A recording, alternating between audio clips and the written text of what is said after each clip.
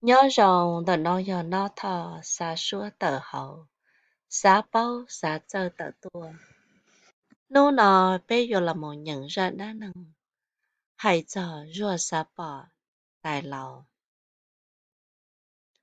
Mỗi ý nô ruồn giờ chờ nửa tài lầu, nửa xa một sai nửa tài lầu, nửa thiết kia một sai nửa tài lầu.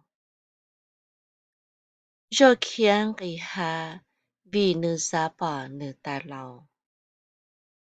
Rồi khiến dây to vì nửa xa bỏ nửa tài lầu. Rồi khiến một thầu lút trong vì nửa xa bỏ nửa tài lầu. Rồi khiến một thầu cho trong chùa vì nửa xa bỏ nửa tài lầu.